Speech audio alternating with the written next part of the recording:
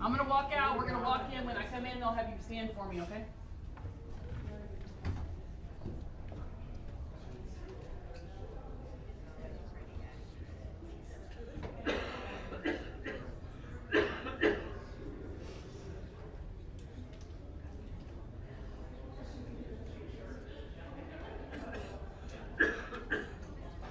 All rise.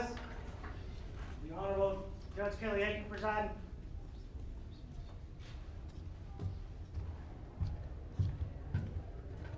Thank you. Please remain standing. Let's bring in the defendant.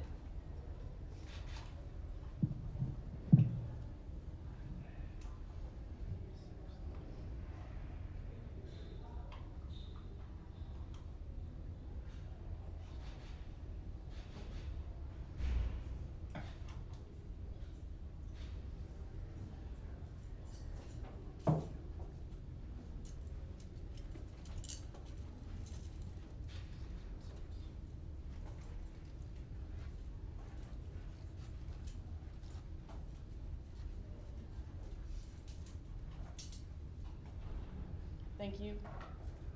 Would you bring in the jury, please?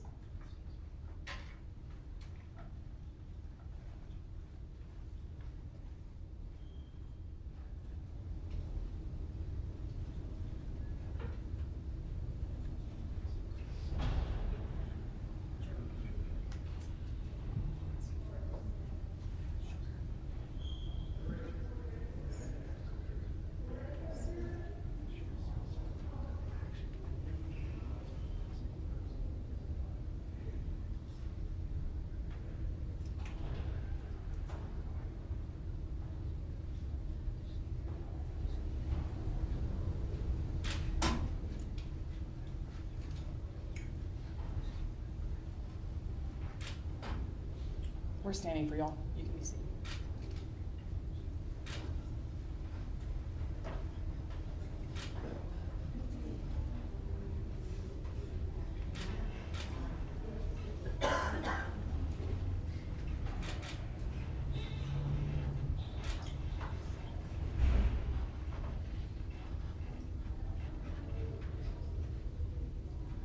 Thank you. Be seated.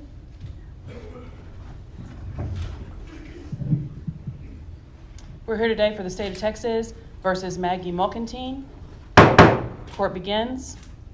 Is the state ready to begin? We are, Your Honor. Defense? Yes, Your Honor. All right. Ms. Mulcantine, please stand. Ma'am, you are charged with 4 or 5 felony offenses in this case. I'm going to ask how you plead as to each offense. As to the murder of Michaela Rowland, how do you plead? As to the murder of Ashton Jones, how do you plead? As to the murder of Jude Walker, how do you plead? As to the aggravated assault with a deadly weapon of Jude Walker. I apologize. How do you plead to that charge? For the aggravated assault with a deadly weapon for Camo Pitts, how do you plead? And for the aggravated assault with a deadly weapon for Chloe Jones, how do you plead? All right. The defendant has entered pleas of guilty as to all 5 charges. We'll proceed with a punishment hearing. Thank you very much. You may be seated. All right. Who would you like to call as your first witness, Mr. Porter? They would make opening statements, Your Honor. Absolutely, yes. Please, the court, counsel.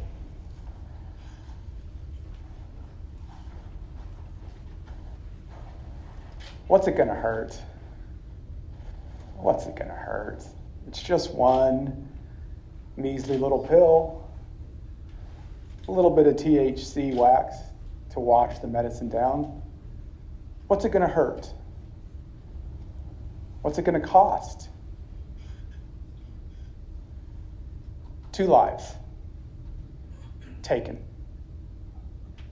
gone. 3 more lives shattered. Hundreds and thousands of lives affected, hurt. Immeasurable, innumerable hopes and dreams destroyed. What's it going to hurt? Everyone. What's it cost? Everything. That's what we're doing here today. Justice must be served. Justice must be paid in full today. You're here to determine what the punishment should be for this young lady, Maggie Mulcantine. You're going to hear on May 5th, 2026, she got behind the wheel of a vehicle. Her Nissan Versa. Her friend Cameron Pitts was sitting in the passenger seat.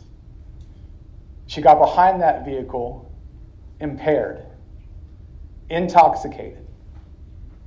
She had consumed a controlled substance, and that compromised her ability to operate that motor vehicle. It compromised her ability to perceive. It compromised her ability to stop the vehicle.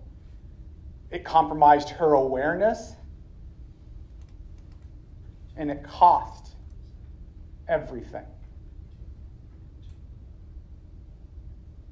Because she did this in the parking lot of the Greenville High School. She did this in the middle of the afternoon, around 1:40, while other students were present. She went speeding through that parking lot, and there were other students there. Michaela Rowland and Walker Jude were two of those students who strayed into the path of an accelerating vehicle that was being operated by an impaired driver who couldn't perceive the danger that she posed to them. The danger was upon them before they had the ability to react. In her last act, an act of supreme heroism, Michaela Rowland tried to save her friend, Walker Jude. Michaela Rowland didn't make it. She died that day. I wish I could tell you Walker Jude made it too. He survived, but not before he was flipped over Maggie Mulcantine's speeding vehicle, slammed to the ground, severe injuries. He might likely never walk again, confined to a wheelchair. I wish I could tell you that's where it ended, but I can't. That speeding vehicle operated by this young lady was still speeding through that parking lot. And there were still more students in that parking lot. And a passenger sitting next to her. Ashton James and Chloe Jones were in their vehicle trying to get out of that parking lot. They were just looking to get something to eat, but they didn't make it out. Maggie Mulcantine's runaway vehicle slammed into theirs.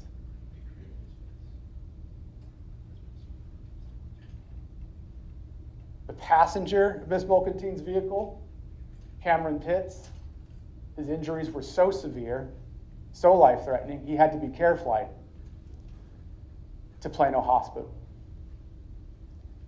Thank God he survived. He made it. But he's not the same. Chloe Jones and Ashton James, they were rushed to Hunt Regional Hospital. Chloe Jones walked out of Hunt Regional with relatively minor injuries. She had some face lacerations. She had a broken arm.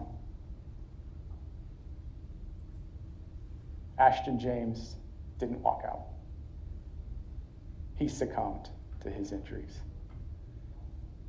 He died. 2 lives taken. Gone.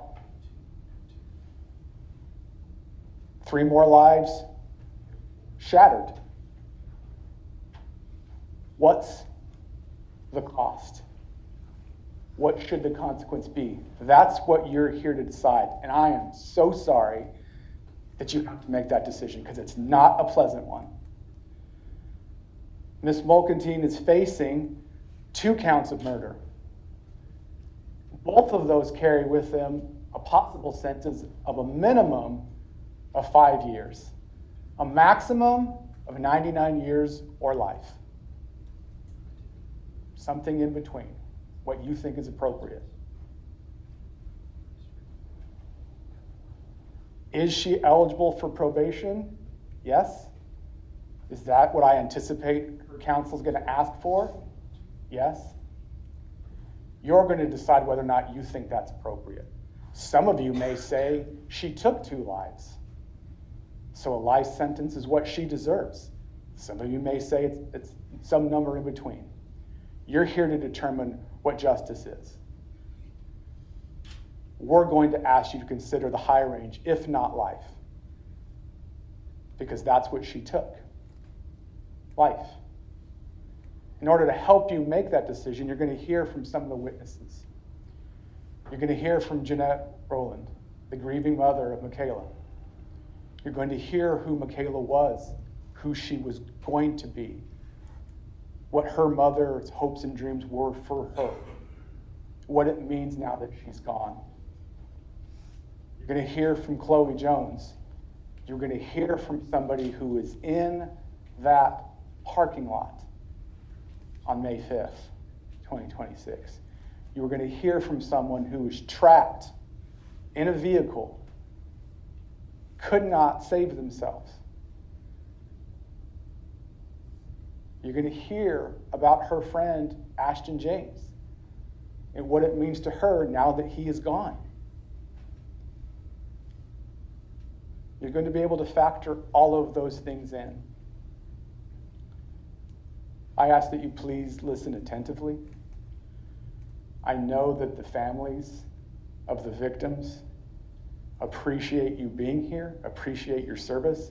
As difficult as this is going to be for you to hear these things, I know that they appreciate it, and I appreciate it as well.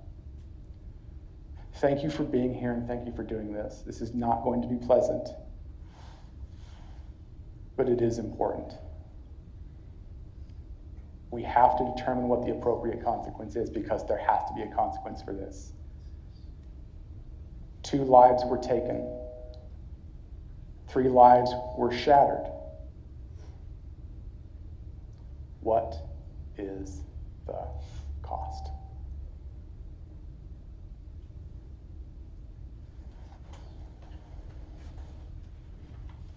Defense? And first jury, Your Honor. Yes, ma'am.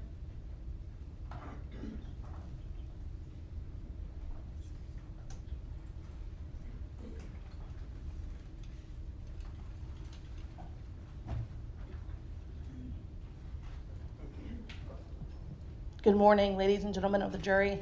My name is Katie Ibarra, and I, along with my co-counsel, Kimberly Smith, represent the defendant in this case, Maggie Mulcantine. Now, you already heard from the state about the tragedy that brought us here today. And we know that a single moment can change lives forever. But the worst moment of a person's life is not the entirety of who they are.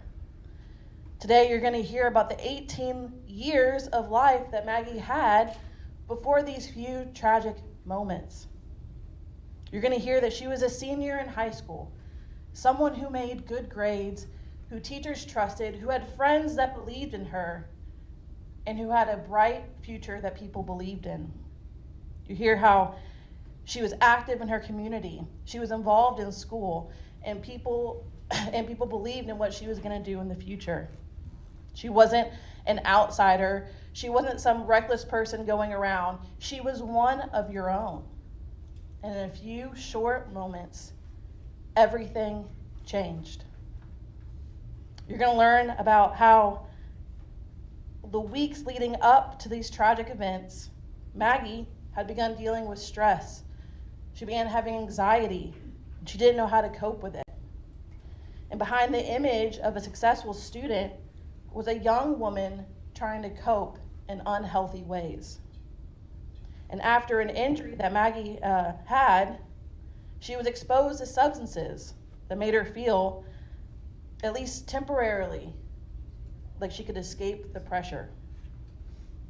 And you're going to learn that the decision she made that day was influenced by substances that clouded her judgment, created dangerous illusions that everything was under control. Drugs like Xanax, hydrocodone, marijuana. It's a combination of drugs that slows reaction time, distorts perception, and convinces people they are capable of doing things they simply are not. And in that altered state, she got behind the wheel, believing she was okay to drive. She wasn't. You're going to hear about how in a matter of moments, one impaired decision changed countless lives forever. 2 young lives were lost. A best friend was forever impaired. An entire community was left grieving. Maggie is going to carry the weight of those consequences for the rest of her life. In this trial, that we can change what happened that day. We can't.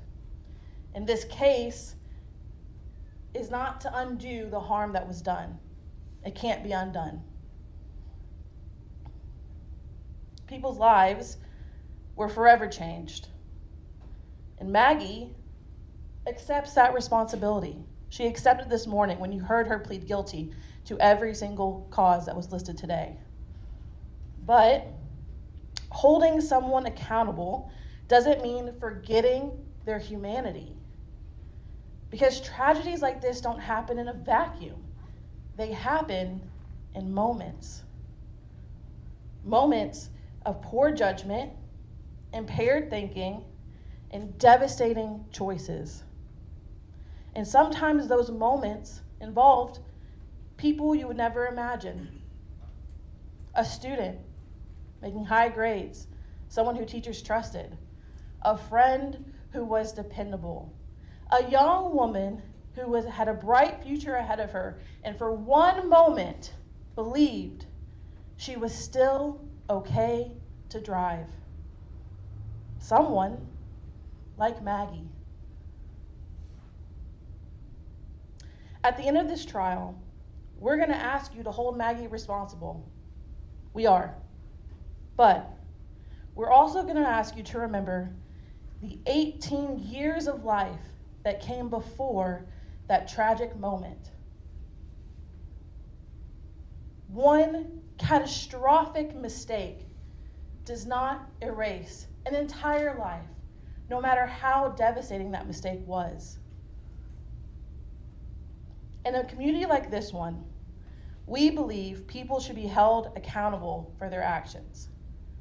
But we also believe that a person's worst moment is not entirely who they are. Thank you.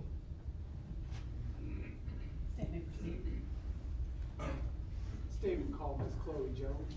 All right, Chloe Jones. You'll have to pull her from the hall, please.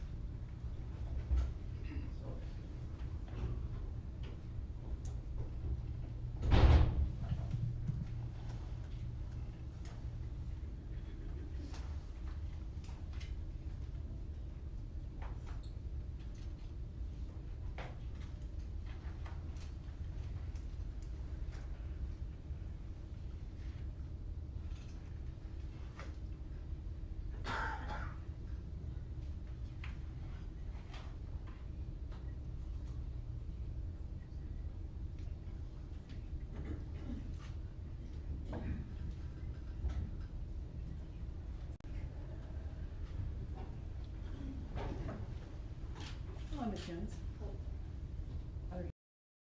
Yes. Do you solemnly swear the testimony you give today will be the truth, the whole truth, nothing but the truth, so help you God? Yes. Thank you. Have a seat in the chair and pull the mic close to you, please.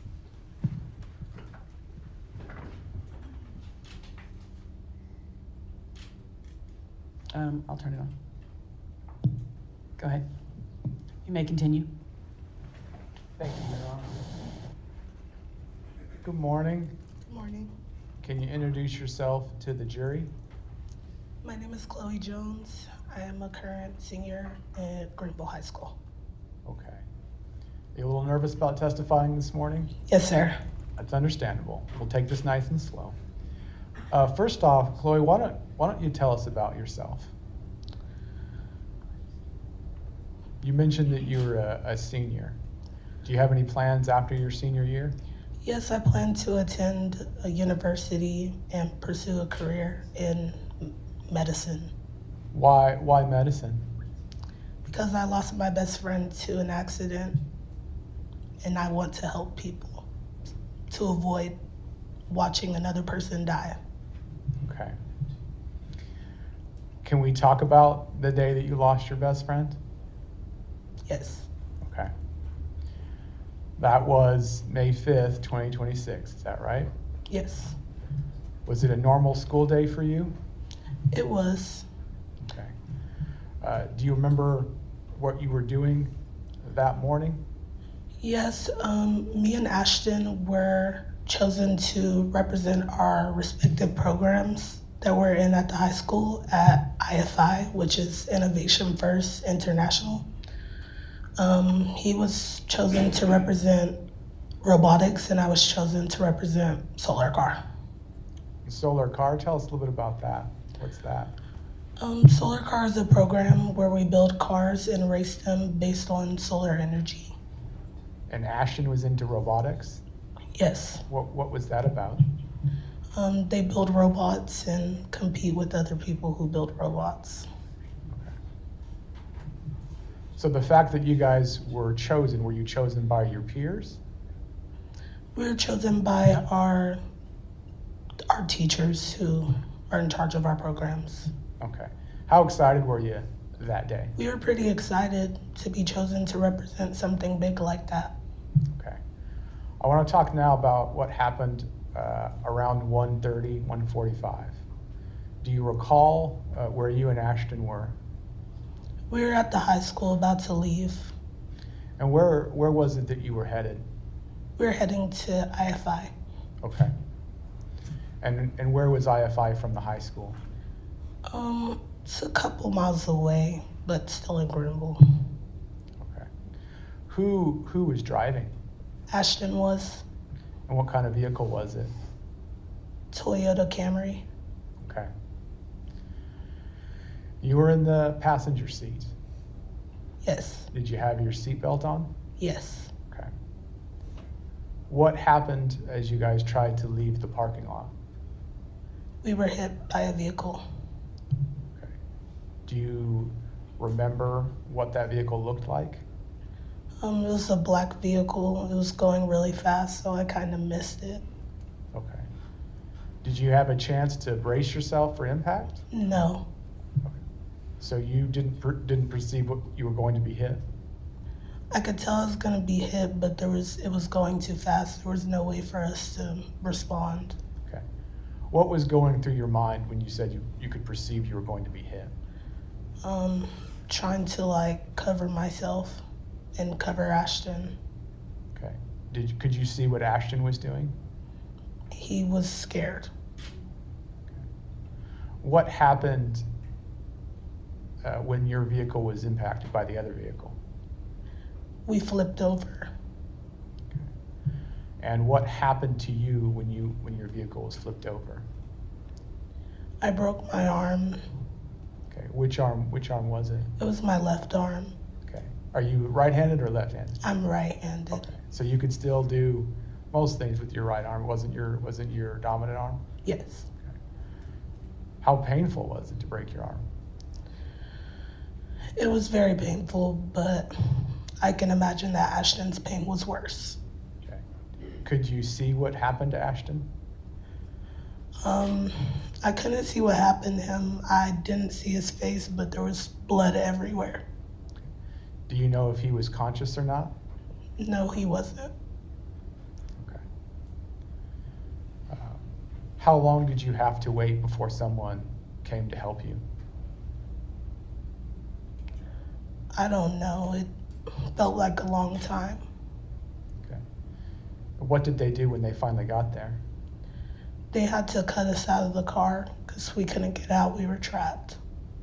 Okay. After they were finally able to get you out of the vehicle, where did they take you? They took me to the hospital.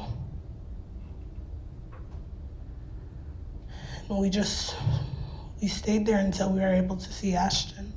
Okay. Were you able to see Ashton? Yes, What kind of condition was he in? it was horrible. He was really bad. He was had a whole bunch of tubes coming out. It was just something I never wanted to see again. When did you first learn that Ashton had passed away? When I was in the hospital, someone came to told me. Okay. How difficult was that to hear? It was really hard. How long had you known Ashton? 13 years. And who was Ashton to you? My best friend. What is it like for you now that he is gone?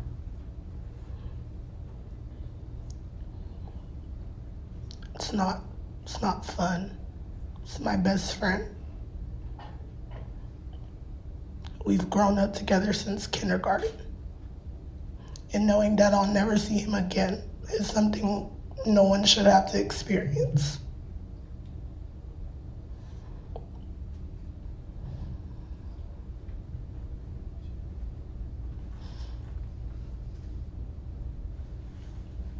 I'm going to pass the witness here.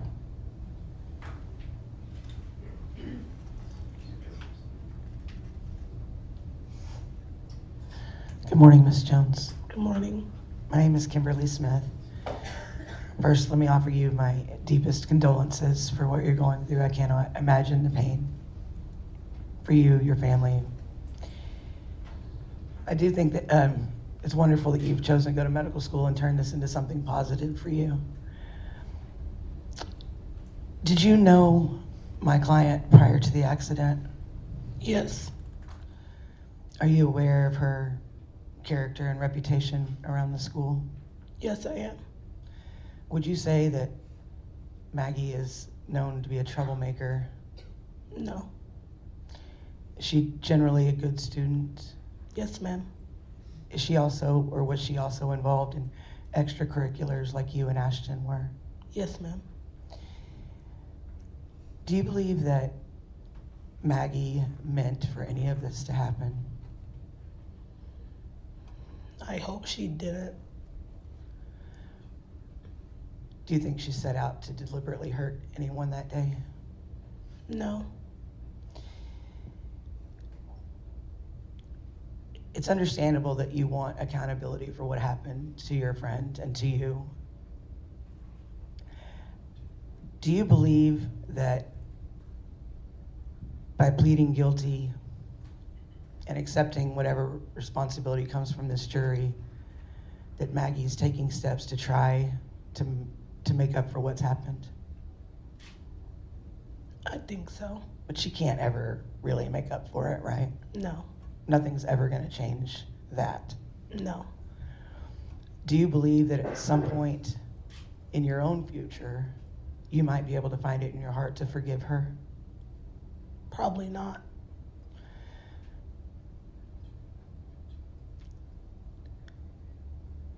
Do you believe that second chances are important in life? Not in this case. Do you believe that the judge should consider everything in this case before making a decision today? Yes, ma'am. Do you believe that would include the sum of the parts, your lives, Maggie's life, Ashton's life, everyone affected here? Yes. Pass the witness, Your Honor. Just a few redirect questions. Ms. Jones, knowing Maggie Mulcantine's character and personality, do you think she deserves a pass?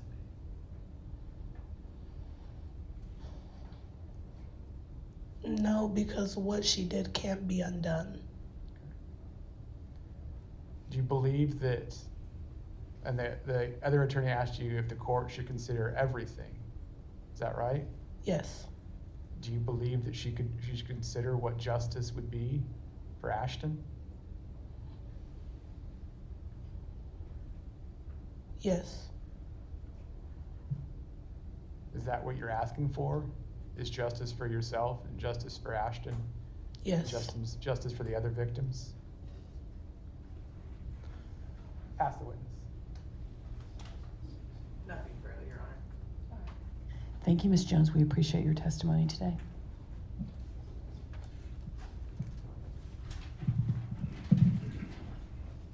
Who do you call as your next witness, please? Your Honor, the state calls Jeanette Rowland.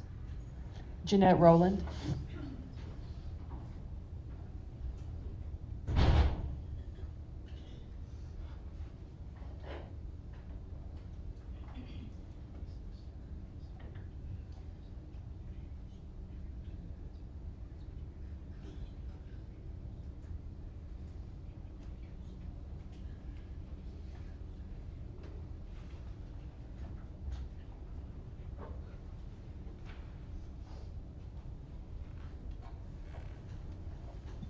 Do you solemnly swear the testimony you give today will be the truth, the whole truth, nothing but the truth, so help you God? Yes, ma'am. Thank you. Good morning, Miss Rowland. Could you please state your full name? Jeanette Rowland. And why are you here this morning? I am the mother of Michaela Rowland. Your Honor, may I approach the witness?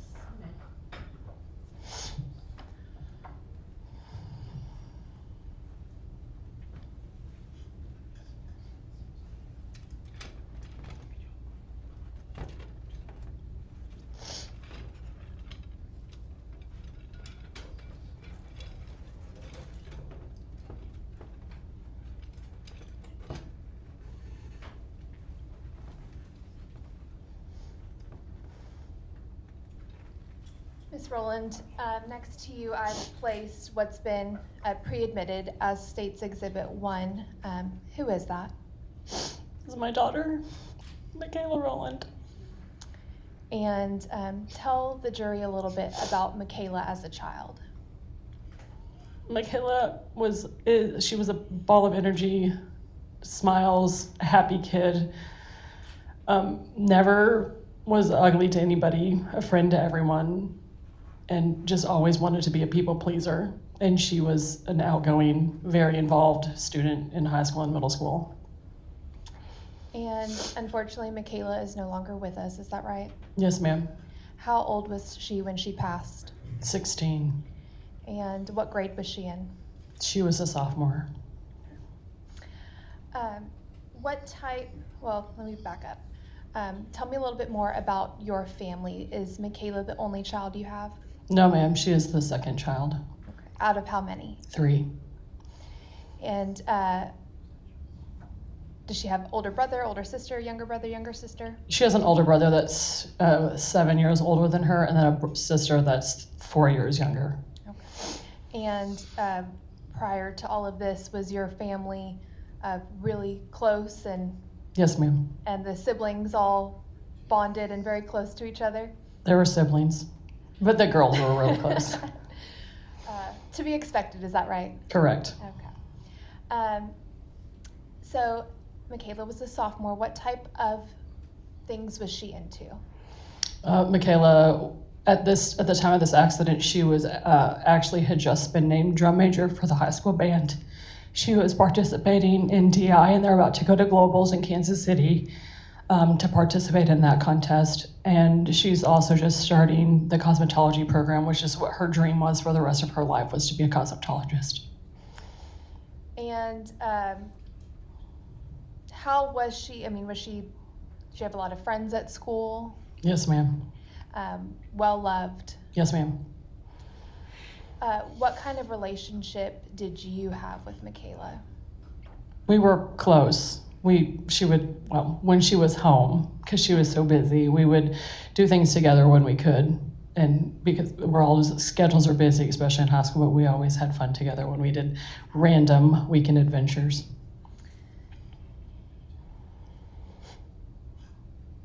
That all changed on May 5th of 2026, is that right? Yes, ma'am.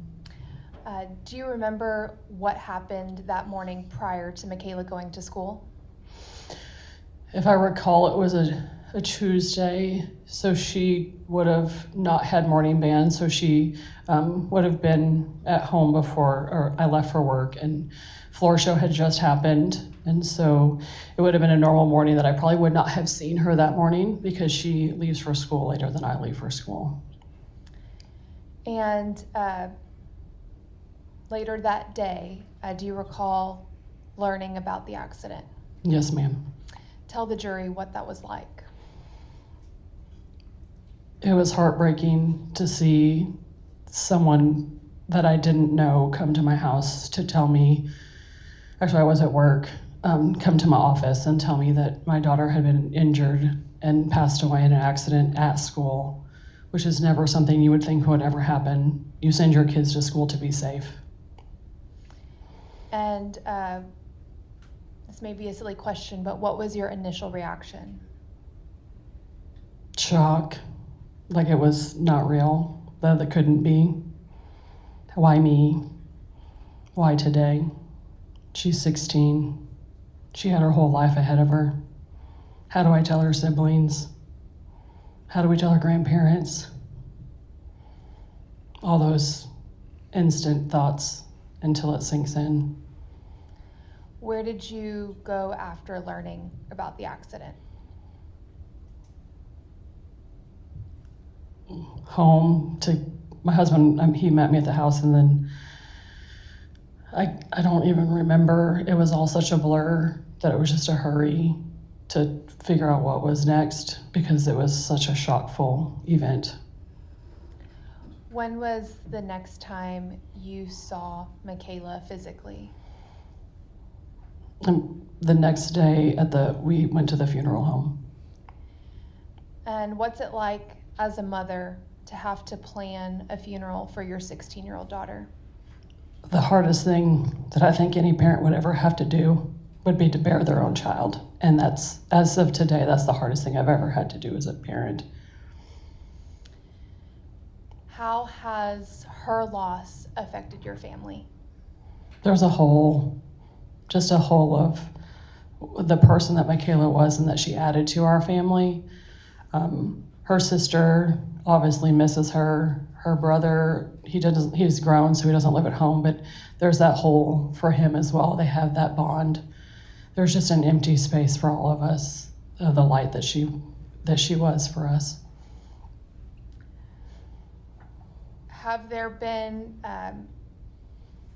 activities or traditions or things that your family previously may have done, but now you can't bring yourself to do because of her absence? Holidays are hard. There's not anything specific that I can think of that's harder than anything. When you're when your memories are of 3 kids and then the other's only 2, when you put up Christmas stockings, you still put up 3. You still put up 3 of all the things and know that hers is never going to be used.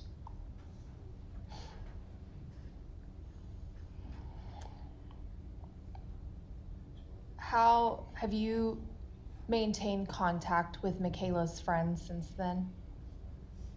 Some of them, mainly teenagers, are very Instagram friends, and so I've had a bunch of her friends on there that have just kind of kept in contact that way. And have you seen how this has affected Michaela's friends? Yes, ma'am. And how have you observed those changes?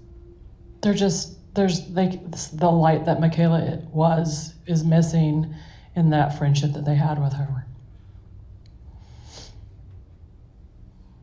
Did you know the defendant prior to the accident? No, ma'am. Michaela never mentioned her? No, ma'am. Did you know Ashton James? Yes, ma'am. Jude Walker? Yes, ma'am. Chloe Jones? Yes, ma'am. and Cameron Pitts? She had mentioned him. And have you seen, through being a part of the community, how this has affected their lives? Yes, ma'am. What are you asking this jury to do today? Justice. There's nothing that will ever bring my daughter back. But I think just knowing that consequences are served for the actions that happened is what my heart needs. Not just for Michaela, but just for everybody.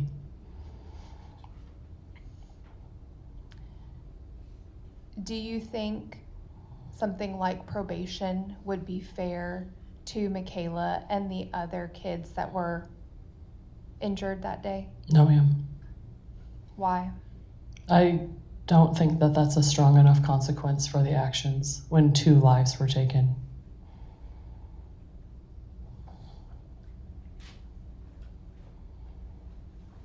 Pass the witness, Your Honor.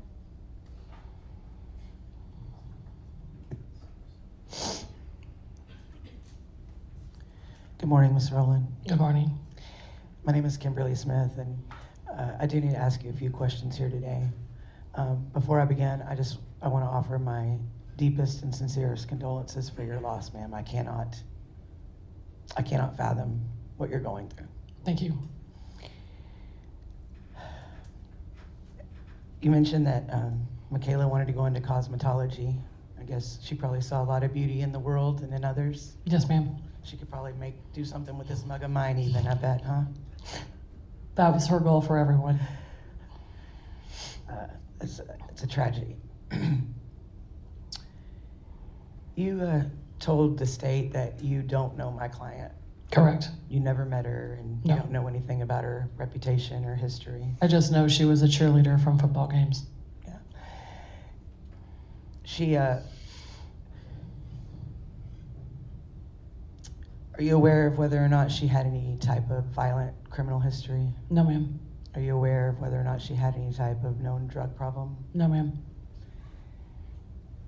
Did you learn that the defendant was going to plead guilty today?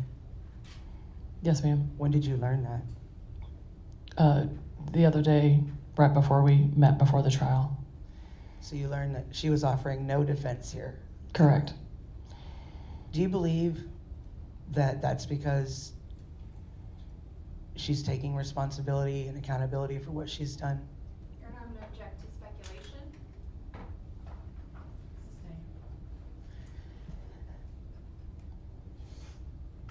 Do you believe that my client intended to hurt anyone that day? Your Honor, I'm going to object to speculation. Overruled. You can answer the question. No, ma'am. And I understand that you want justice here today, obviously.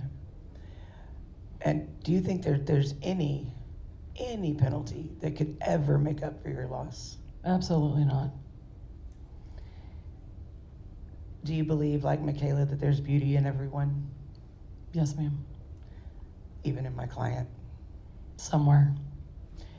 Do you think that at any point you might be able to find it in your heart to offer or to give some forgiveness for what's happened? At some point, yes, ma'am.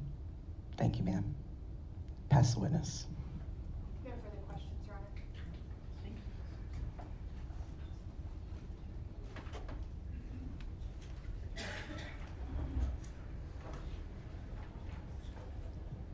Your Yes. Honor, at this time, the state rests. All right, the state having rested. Defense? Defense calls Maggie Mulkentine. All right, ma'am.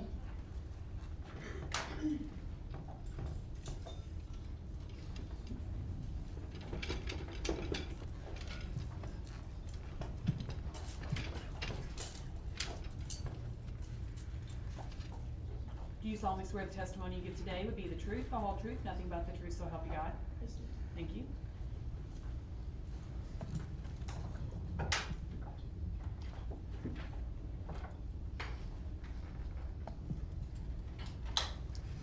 Maggie, can you please state your name for the jury? Maggie Jane Mulkentine. And Maggie, how old are you? I'm 18 years old. What year are you in school? I was a senior in high school. And during your time in high school, what kind of things were you involved in? I was part of a lot of clubs and extracurriculars, like FFA, cheerleading, art club, key club, student council. Did you hold any positions in any of those activities or clubs? No, ma'am. You're just involved in them? Yes. And how did that look on your schedule? It was very busy. I had a lot of meetings after school, and then during football season, I had cheer practice almost every single day, and then we had FFA meetings as well. And were you also involved in your community? Yes, ma'am. And in what ways were you involved in the community? Through those clubs, there was a lot of events that we got to help with. Whether that was helping in the homeless shelter or providing blessing boxes for people, offering food. Why did you decide to do these things? It seemed like a really great thing to do, and just being able to help others was really great. How'd you do in school? I tried to do my best. My mom was always I always wanted to make my mom proud with everything, and so I just tried to keep my grades up, get A's. And you did, didn't you? Yes. You did very well in school. What were your plans for the future? I was gonna go to Texas State in the fall, and I was gonna major in film. What made you want to do that? I've just really found a passion for film, and just getting to be behind the scenes or in front of it, I just really enjoy that. So you were an active student. At some point, things began to change for you, didn't it? Yes, ma'am. Can you explain that to the jury? I just started feeling a lot of stress and a lot of anxiety, and I started taking pills, finding it easier, and hoping that all of that would go away. How did you get these pills? Well, I got into an accident during cheer practice at one point, and I got painkillers for that, but then I started feeling better with the painkillers, so I started taking them separately. So using drugs wasn't something you actually sought after? No, ma'am. It's something that came as a result of your own injury that occurred to you? Yes, ma'am.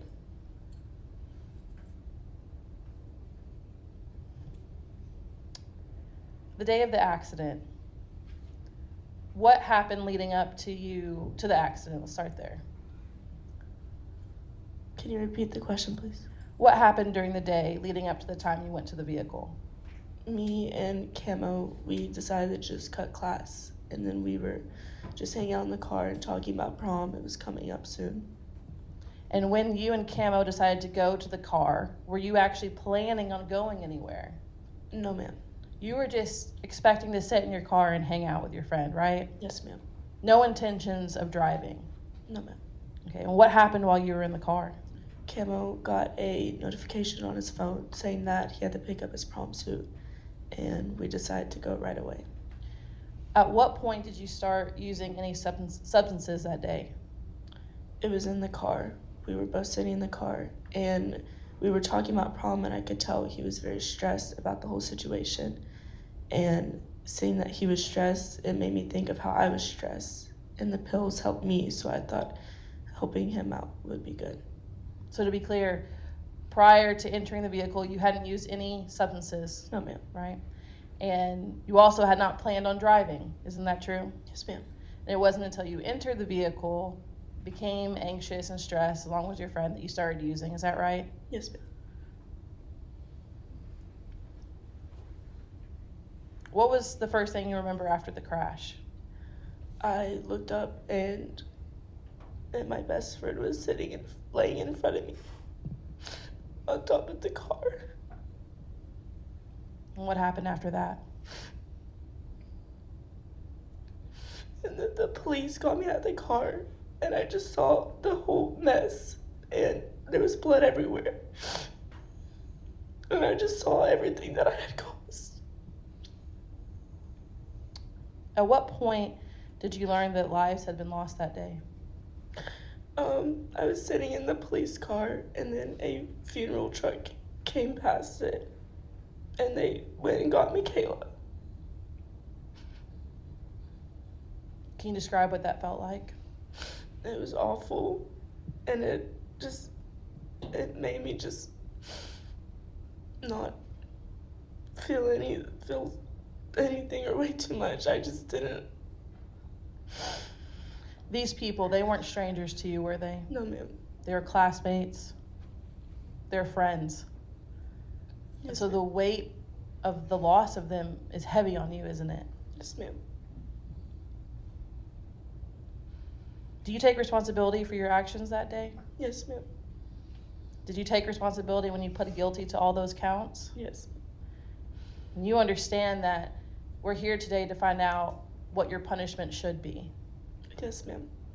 And you're not asking to not have a punishment, are you? No. You're asking for the jury to consider who you are as a person when deciding that, aren't you? Yes, ma'am. Because you're more than that moment, aren't you? Yes. You had a whole life behind you before that moment, right? Yes, ma'am. And you had bright futures ahead of you. Yes, ma'am. Before that incident, how did you see your future? I saw it really bright. I saw a lot of things that were looking up, and I just saw it very happy.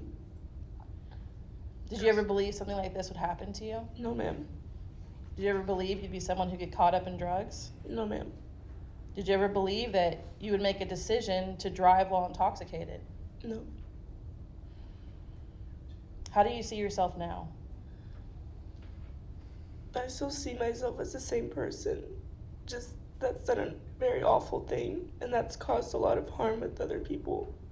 And that has impacted a lot of people's families and friends. Now you've heard from several people today, and you know people are in this courtroom right now who you have affected their lives forever. Yes, ma'am.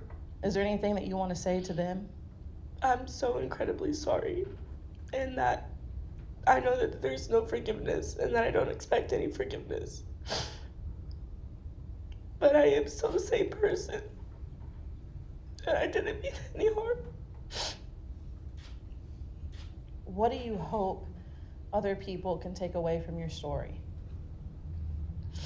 That there are still a lot of people out there that you can talk to before going straight to drugs or taking any substances that can harm you and other people. Pass the witness. Miss Mulkentine, my name is Will Porter. I'm going to ask you a few questions. Is that all right? Yes, sir. Okay. A lot of them might be yes or no. If that's a yes or no question, I just need a yes or no, okay? It sounds like there are a number of things you're very clear on about what happened that day, May 5th, 2026. Is that right? Yes, sir. But there's a couple of things that seems like you're kind of unclear about. Is that right? Yes, sir. Okay, let's talk about the reasons why things were unclear to you. In your vehicle, they found 2 vape pens, correct? Yes, sir. And in those vape pens, they found THC wax. Is that correct? Yes, sir. Are you aware that that is an illegal controlled substance? Yes, sir. There's no prescription you can get for THC wax. It will always be illegal in the state of Texas. Yes, sir. Okay. So you'd agree with me that someone obtained an illegal substance, correct? Yes, sir. And someone put that illegal substance in both vapes that were in your vehicle. And someone put those vapes in your vehicle, which means someone had to get that illegal substance from somewhere, correct? Yes, sir. Who was that someone? It was me. I got it from a classmate. Okay. What was the name of the classmate? Objection, Your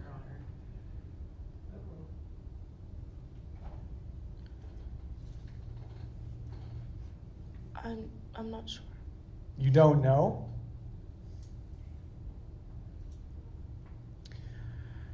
Let's talk about the pills. There was a pill bottle found in your vehicle, correct? Yes, sir. And there were 3 separate controlled substances in that pill bottle, correct? Yes, sir. Are you aware of any pharmacy that dispenses multiple pills in the single bottle? No, sir. So someone put different controlled substances in a single pill bottle. Yes, sir. And who was that someone? It's the same person. Which was? I prefer not to say. I don't really care what you prefer. I'd like an answer to my question. Who was the person?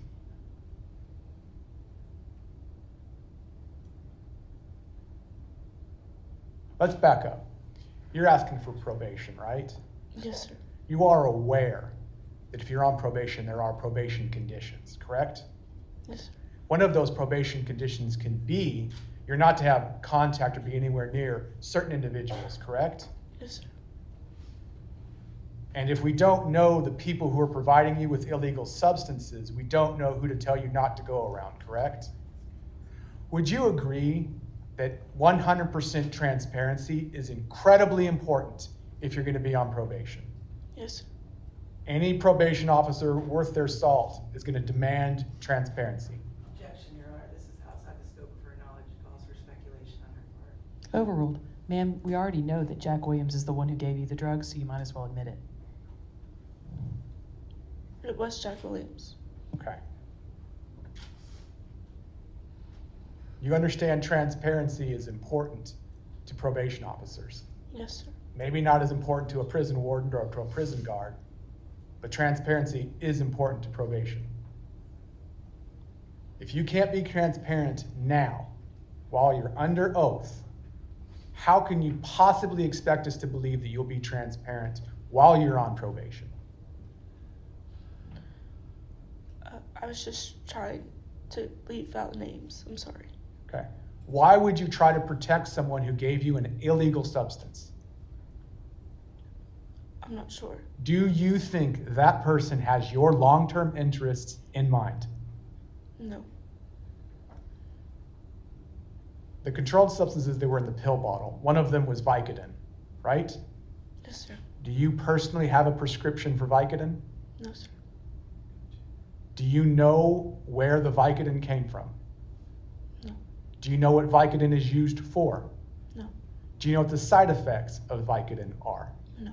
Do you know if it was a Vicodin that you took that day? No. There was also oxycodone in the pill bottle. Do you have a prescription for oxycodone? No, sir. Do you know what the side effects of oxycodone are?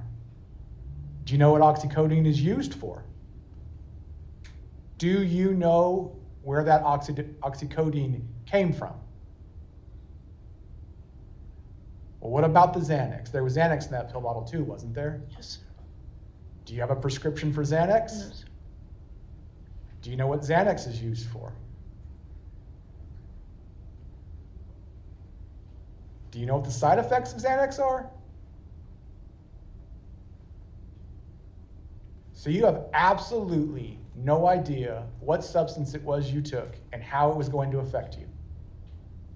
Yes. That is the very definition of reckless, wouldn't you agree? Yes, sir. And then you got behind the wheel of a car and killed 2 people. Severely injured 3 more, correct? Yes, sir. Your Honor, may I approach the witness?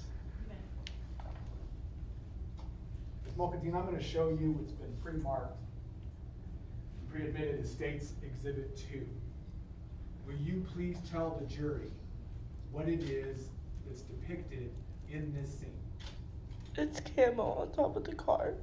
And Camo, is that your name for Cameron Pitts? Yes, I'm sorry. Yes, it was a nickname.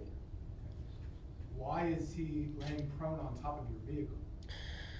Because he wasn't wearing a seatbelt and he flew through the windshield when we crashed into the car. So your vehicle was traveling so fast, it ejected him from the vehicle? Yes.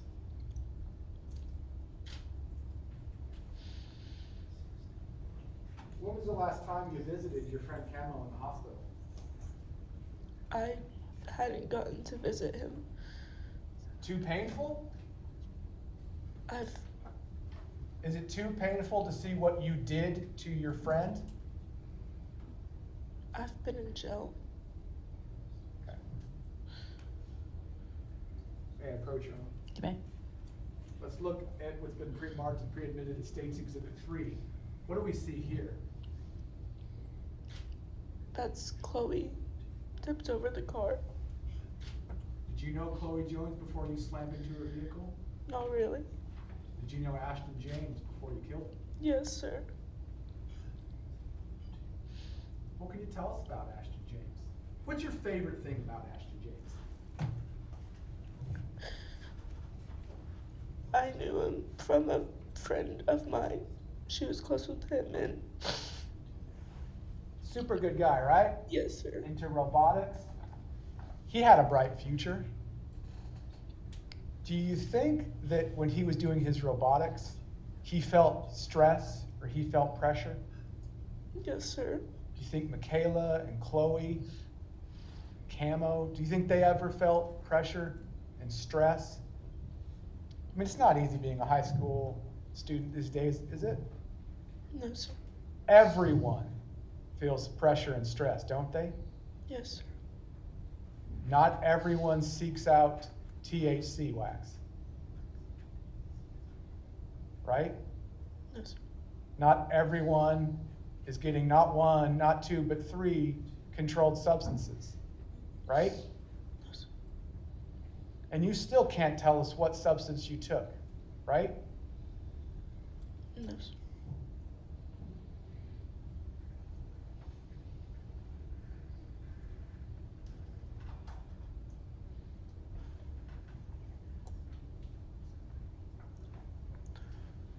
Pass the witness, Your Honor. All right, ladies and gentlemen, do you each want 15 minutes for closing? I believe we can close in that amount of time, Your Honor. Okay, thank you. All right, thank you, Ms. Mulkentine. We appreciate your testimony, ma'am. You may return to the table.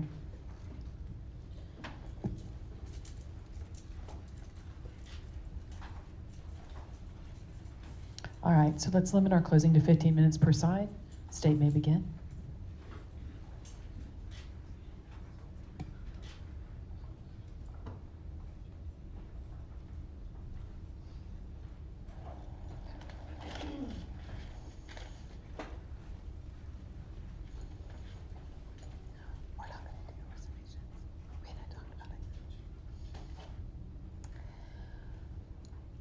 On May 5th, 2026, 2 families sent their high school children to school thinking that it was going to be a normal day. It wasn't. Those 2 families had to endure the worst day of their lives.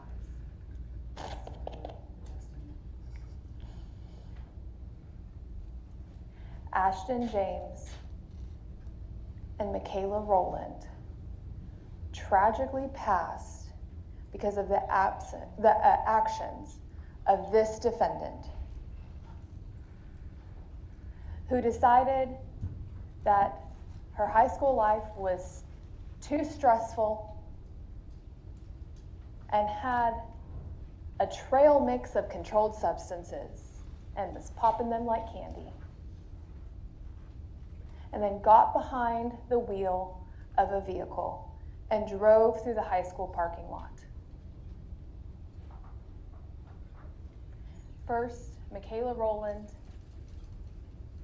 in the car with Jude Walker. Normal day, going to get a bite to eat, when that quickly Michaela's life was taken. But that didn't stop this defendant. She continued driving her car, and Chloe Jones and Ashton James, on the way to represent Greenville High School in their respective programs, and another. Life taken in the blink of an eye.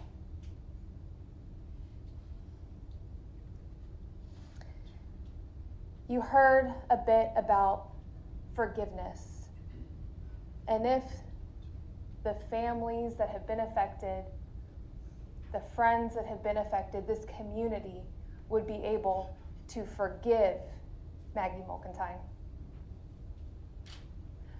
But this trial is not about forgiveness. It's about justice. There's a difference between forgiveness and pardoning someone for their behaviors.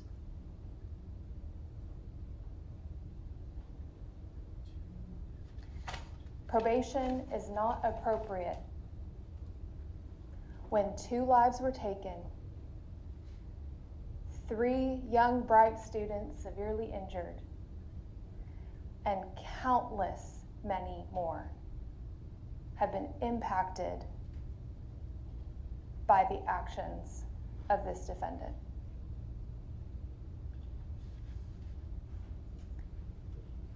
How many prayers have the Rowland family prayed?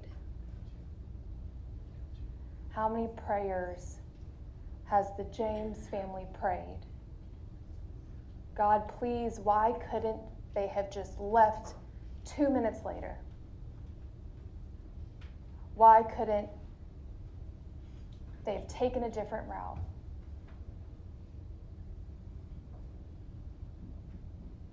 Begging for understanding as to why their children were taken from them. The prayers of Jude Walker, who is confined to a wheelchair, praying, why did this happen to me? This jury has the opportunity to answer the unspoken prayers of the families that have yet to be affected. Because nothing stopped Maggie Mulkentine on May 5th, 2026. But this jury can stop it from happening again at her hands, and can tell the community of Greenville, we're not going to tolerate intoxicated driving. We're not going to tolerate the reckless use of controlled substances, and that these lives meant something. So we're going to ask you to sentence Maggie Mulkentine to life in prison because she robbed Michaela Rowland and Ashton James of their lives and shattered the dreams of Jude Walker and Cameron Pitts and Chloe Jones when she decided to get behind the wheel intoxicated. Thank you.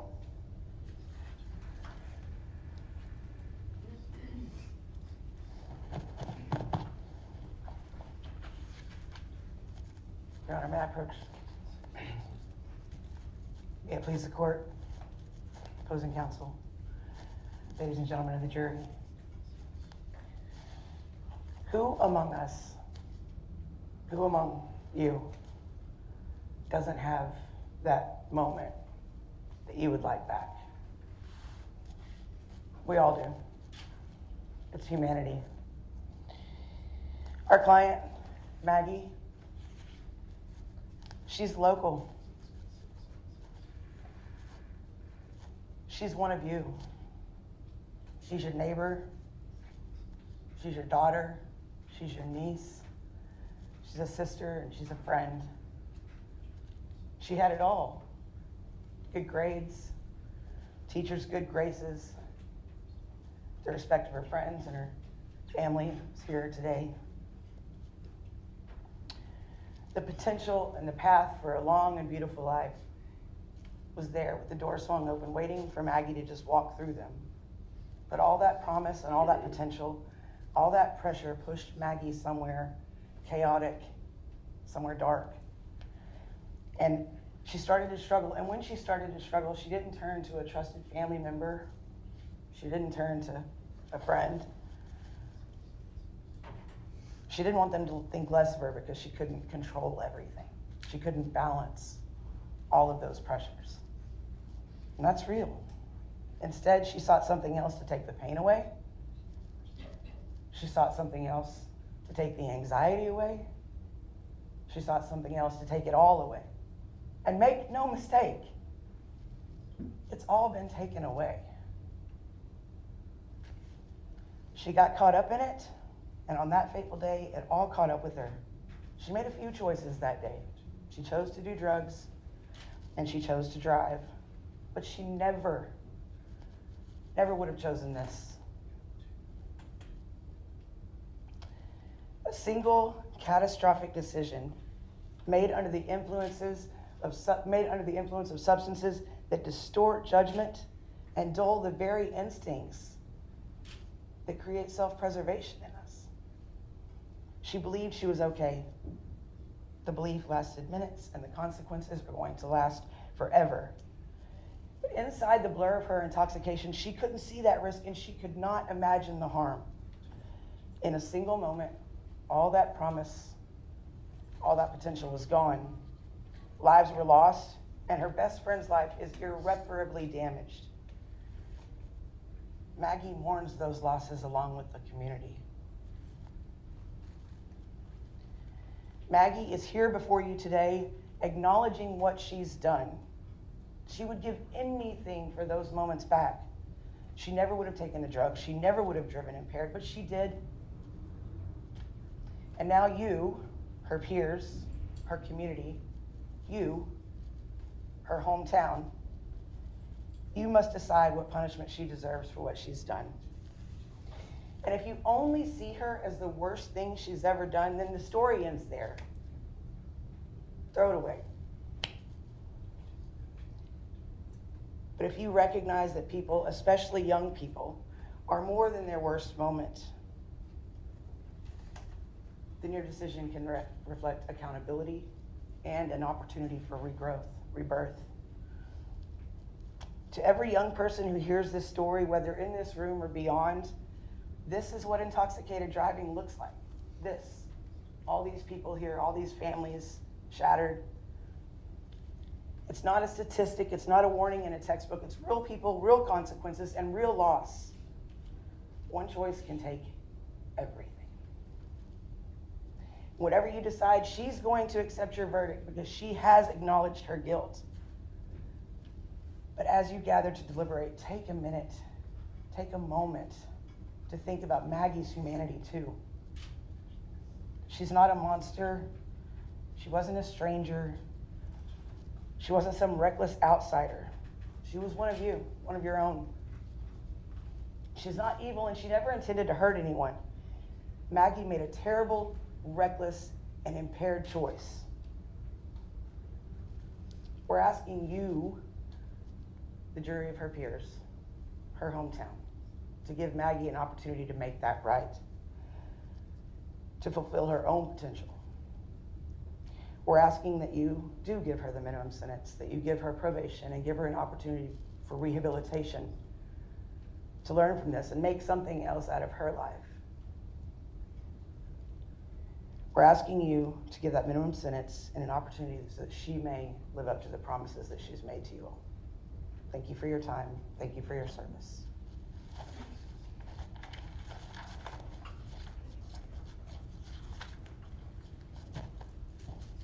All right, ladies and gentlemen of the jury.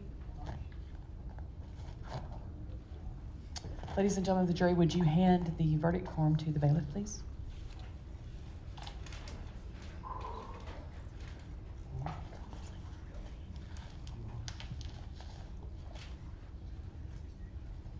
Thank you. Please stand, Ms. Mulkentine. Ma'am, it is the verdict of this jury for the sentences, for the offenses for which you have pled guilty, to render the following verdict. For the offense of the murder of Michaela Rowland, you will be sentenced to life in prison. For the offense of murder for the life of Ashton James, you will be sentenced to life in prison. For the offense of aggravated assault with a deadly weapon for the victim, Jude Walker, you will be sentenced to 20 years in the Texas Department of Criminal Justice, which is a maximum sentence. For the offense of aggravated assault with a deadly weapon for the victim, Cameron Pitts, you'll be sentenced to a sentence of 20 years in the Texas Department of Criminal Justice.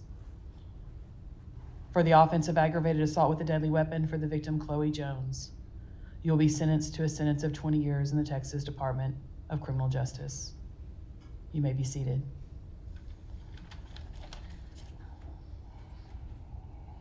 Does the state have any further motions at this time? Your Honor, at this time, due to the nature of the offenses and the fact that there were 2 lives lost and 3 lives that were irreparably harmed, we are going to ask the court to stack the sentences in this case. Response.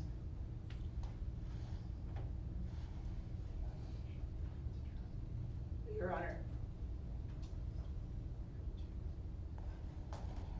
We would just ask that the sentences be run concurrently so that Ms. Mokentine can have an opportunity to make up for what she's done as a member of this community, Your Honor, and ask that they run concurrently. All right, Ms. Mulkentine, please stand. It is the responsibility of the court to make a determination about whether or not your sentences would run concurrently, which means all at the same time, or consecutively, one after the other. The law allows for sentences where people are hurt in such a manner to be served in a consecutive process, which means you would complete the sentence for the murder of Michaela Rowland before you would start the sentence for the murder of Ashton James. And then you would complete the sentence of Ashton James before you started the sentence for the aggravated assault for Jude Walker, and complete that sentence before you began the sentence for the aggravated assault of Camo Pitts, which would be completed before you begin the sentence for the aggravated assault of Chloe Jones. In this case, I am going to stack the sentences and there'll be consecutive sentencing. Your sentence in the Texas Department of Criminal Justice will be for a sentence of life with a consecutive sentence of life, a consecutive sentence of 20 years, a consecutive sentence of 20 years, and another consecutive sentence of 20 years. In making this determination, it's the responsibility of the court to take into account the harm that's been done to each of these individuals, 2 of which have lost their lives and will never be here. We've heard a lot today from the witnesses in this trial, but we haven't heard from Michaela, and we haven't heard from Ashton. They couldn't walk through those doors and step on that stand. They couldn't tell you what they felt that day, how they suffered, how their lives changed, how much you've cost them.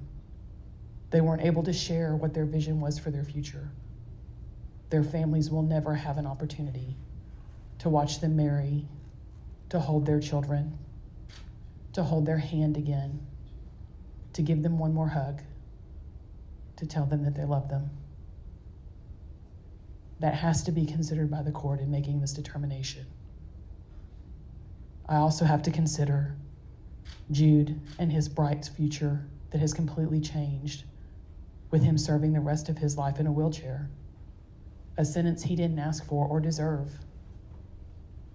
And I also have to take into consideration that Jude has to live with this reality that his friend pushed him out of the way, and that but for the grace of God, he would not be here today as well.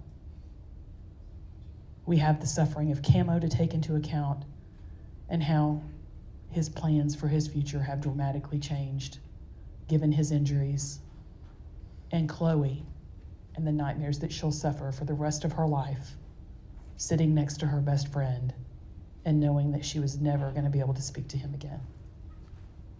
Those are real costs and real lives that we have to consider in making those decisions.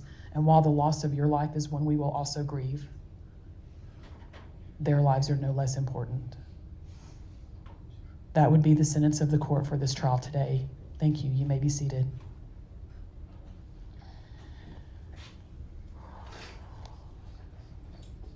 Ladies and gentlemen who've all participated in this process, I hope you understand that today everyone will walk out of here. But that is not the reality of most of the cases that happen in this courtroom. In most of the cases that involve drugs and alcohol, where there is a serious injury or death, people don't just walk out of a courtroom. The funerals that we have for those individuals are real. The loss of life is felt. It's felt forever, not for a day, not for a moment. You can't go back on those cases. For some people, their prom is never the same after this day. For some people, their graduation changes. Their plans in life really change. One of the reasons I agree to do this trial every time they ask me, and always will, is because when I was 14, my best friend was killed on his way to prom. So I am 54 years old. 40 years ago, I met a young man at a school when I went to transfer, because I'm a military brat. When I went to the office, my dad took me there that day, and I was a little embarrassed. My dad was in his full uniform, all bright and shiny, military guy. And I thought, wow, what a wonderful way to walk into a new school, right? Here I am, the dork, with my dad, dressed in his dress blues, with all of his medals on and all of his awards on. And I was this scrawny, pathetic little kid. Nerd. I know you guys were shocked by that. I was a nerd. So I walk into this school, and there's this really tall guy standing by the office in the hallway.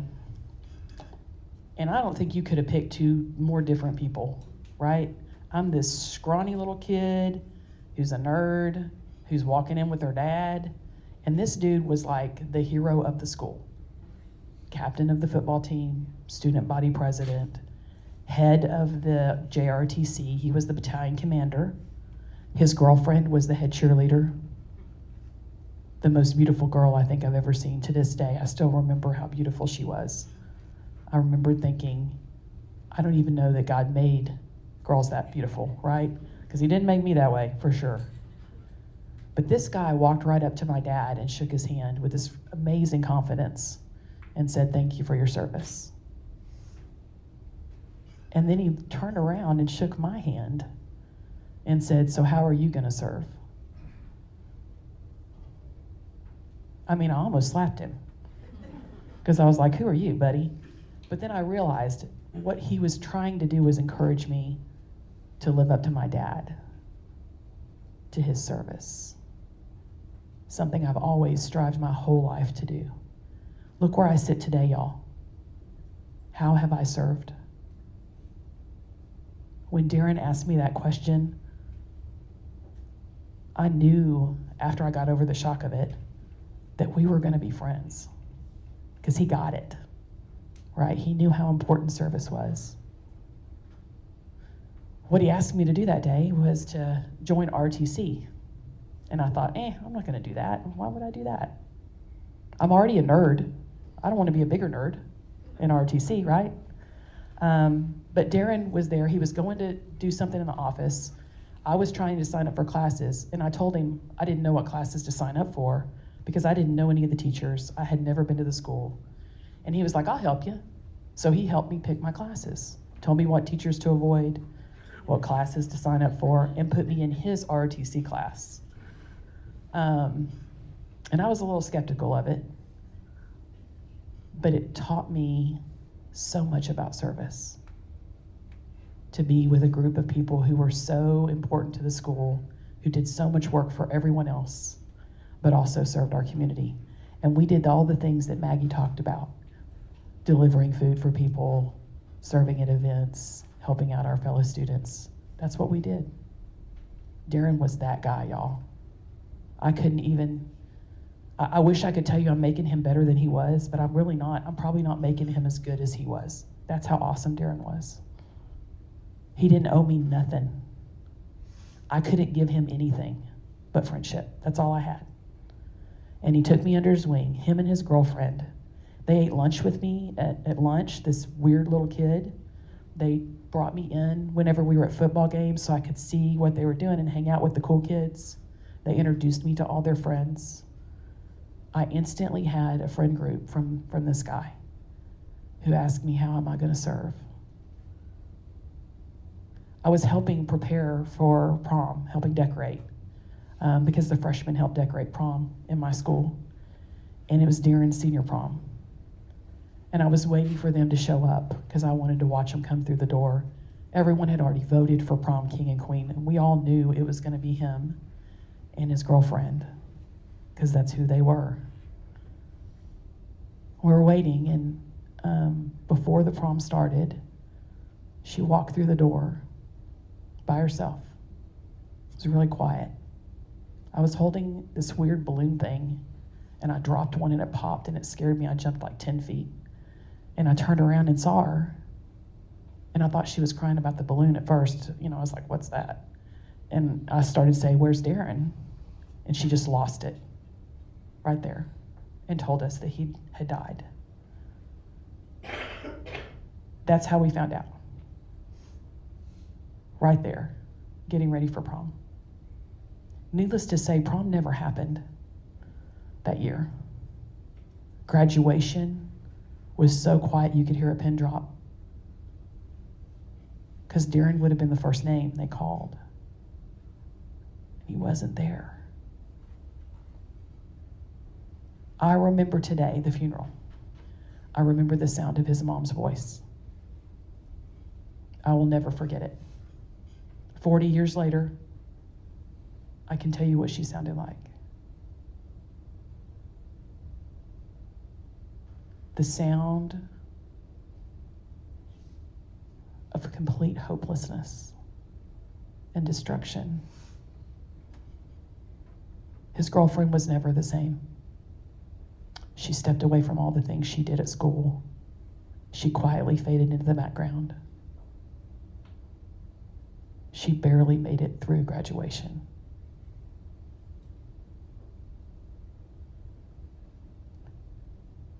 I thought in my life that would be the hardest day ever. And then my niece was born. And she's technically a cousin, but her mom is my cousin and very close, like a sister. So she called me Aunt Kelly. Her name was Elena. She was a beautiful child.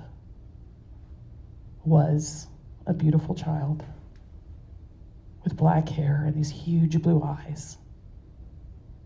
And she was right between the age of my children, my boys. So they played with her all the time. They loved her like a sister.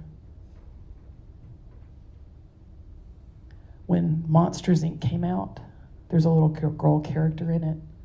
I don't know if you guys have seen this movie, but my son was convinced that was Elena in the movie,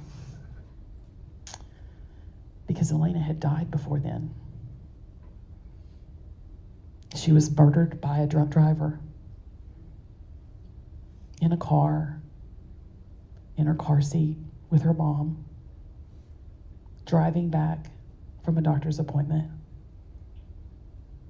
just minding her own business. Her mom didn't do anything wrong. She was just driving the car. Drunk driver left a liquor store in Tyler and Kilgore and lost control of her vehicle while she was reaching for another bottle and ran head on into my cousin and my niece and killed her. My cousin was trapped in the car for hours. They had to cut her out with the jaws of life. She was in the car next to her dead child for all those hours. Elena died on the scene. She was in the front seat beside my cousin when they cut my cousin out of the car. My cousin could not walk because her legs were crushed. She had to have one leg rebuilt. They thought they were going to amputate the other one. but they managed to put in enough rods that she can still walk with a very pronounced limp.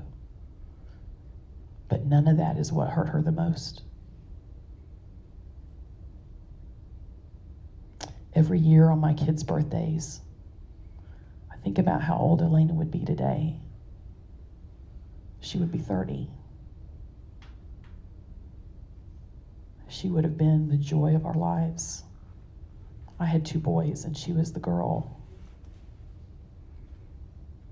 And I miss her every day. And the lady who killed her will never appreciate what she cost us. Nor will the lady that killed Darren. So when I was older, I got to go to a funeral with a really small casket for a 4-year-old. And once again, I heard that voice of that mama, of Darren's mom. It was me. It was my cry for Elena. So you think that this is just a exercise, and this is just a chance to learn, but it's not. It's a reminder of the cost of our decisions.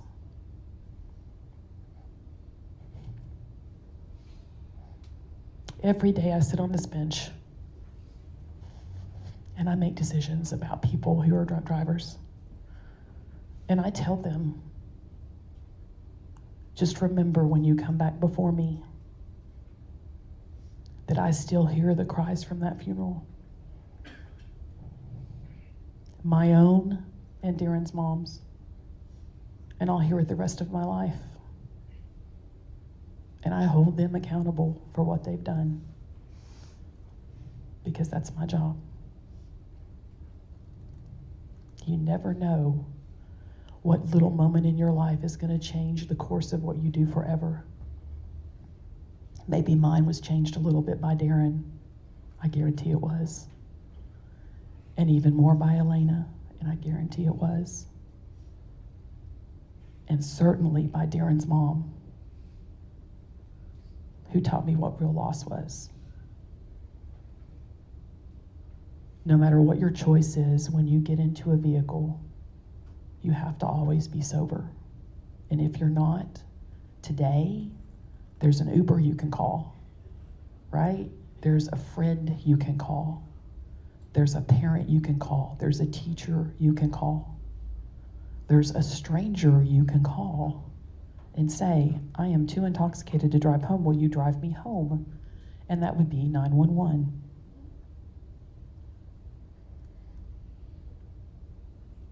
You never have to get behind the wheel drunk. This is a crime we can completely prevent, y'all. 100%, all of you can prevent this crime. By standing up and telling everyone you love and everyone around you, you will not tolerate it. There will not be one more Elena. There will not be one more Darren. There will not be one more Maggie sitting behind a wheel and going to prison forever. There will not be one more Michaela or Jude or Ashton or Camo or Chloe, because this is a preventable crime.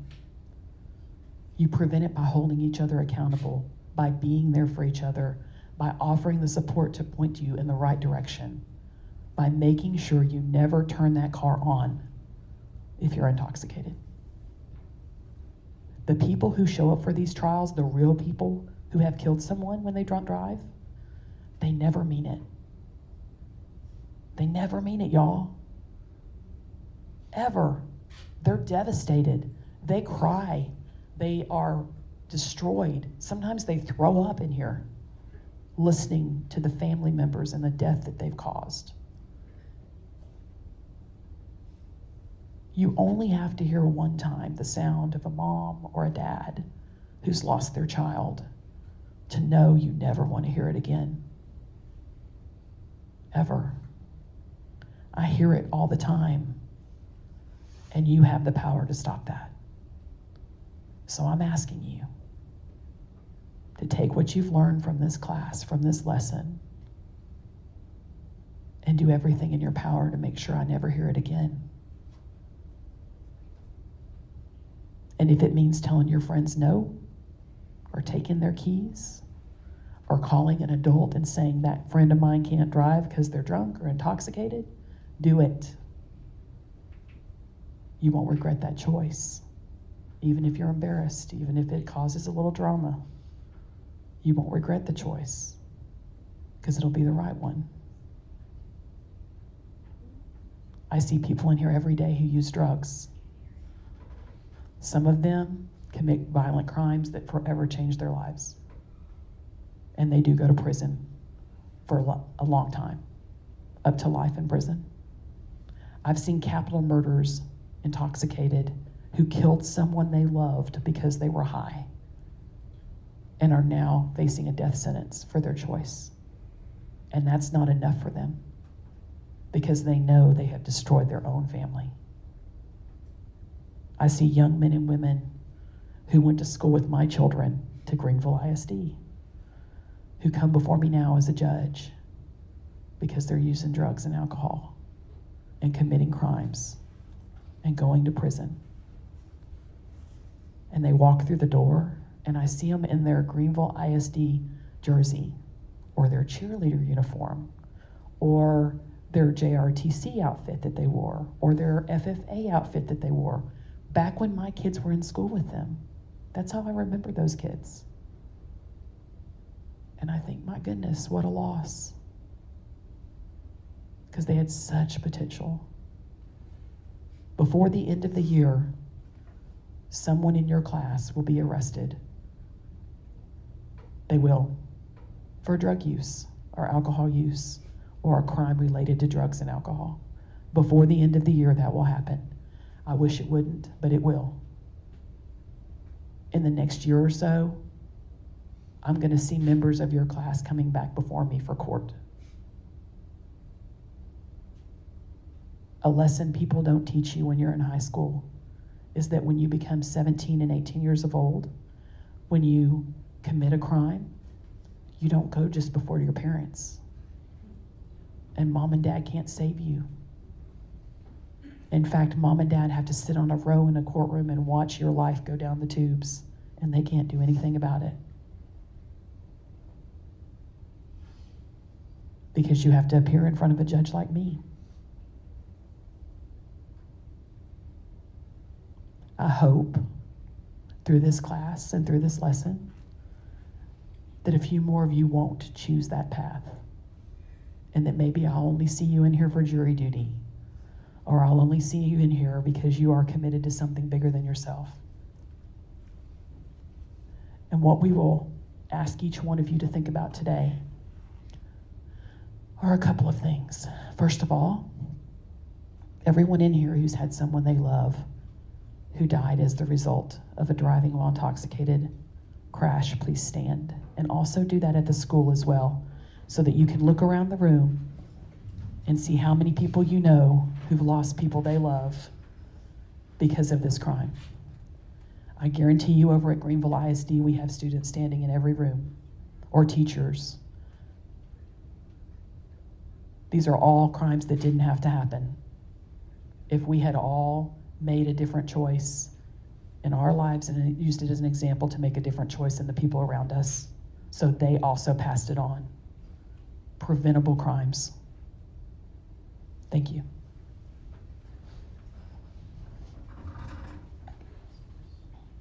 I would encourage you for the rest of the day and even the week as you get into prom and while you're getting ready to talk about the loss of those people you love with your other classmates so that they know what you've lost. And it'll keep the reminder going as y'all are getting ready for prom and fixing your hair and picking out your gown and getting on your tux. As you're getting in the car to drive to prom, I'm going to ask you to do that only if you're sober, and if you're not sober, to have someone else drive you. And even then, I'm going to remind you that Darren was completely sober when he was on his way to prom. So you have to be careful and make good choices. And I'm going to leave you with a thought. If this experience has taught you anything, I'm going to ask every one of you, how will you serve? How will you serve? 40 years from today, will you be wearing a robe and serving in a courtroom?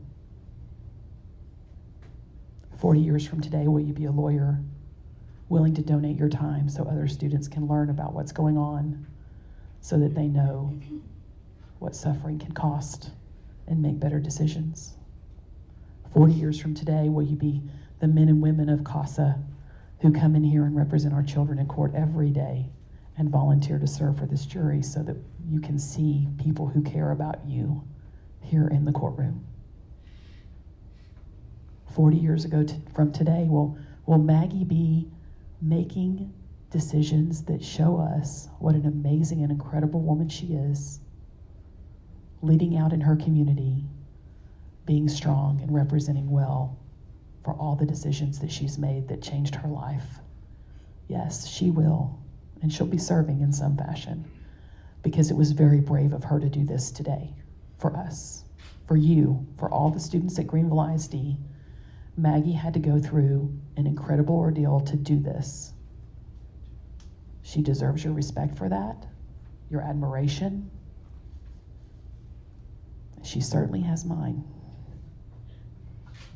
I told her earlier I wouldn't be brave enough at her age to do this. And so I'm so proud of you for making that sacrifice for your family and your friends. That says a lot about who you are and who your parents raised you to be. So thank you for that. That you care enough, right? For Chloe and Camo and Jude and Ashton and Michaela and Miss Rowland. My goodness, Jeanette's amazing. All of these people invested in this process for you, not because they gained anything from it, but to give you an opportunity to understand what loss could be like, to make you feel it for a moment, to have you step into that reality for a short period. Because the hope is you never have to step into it for real.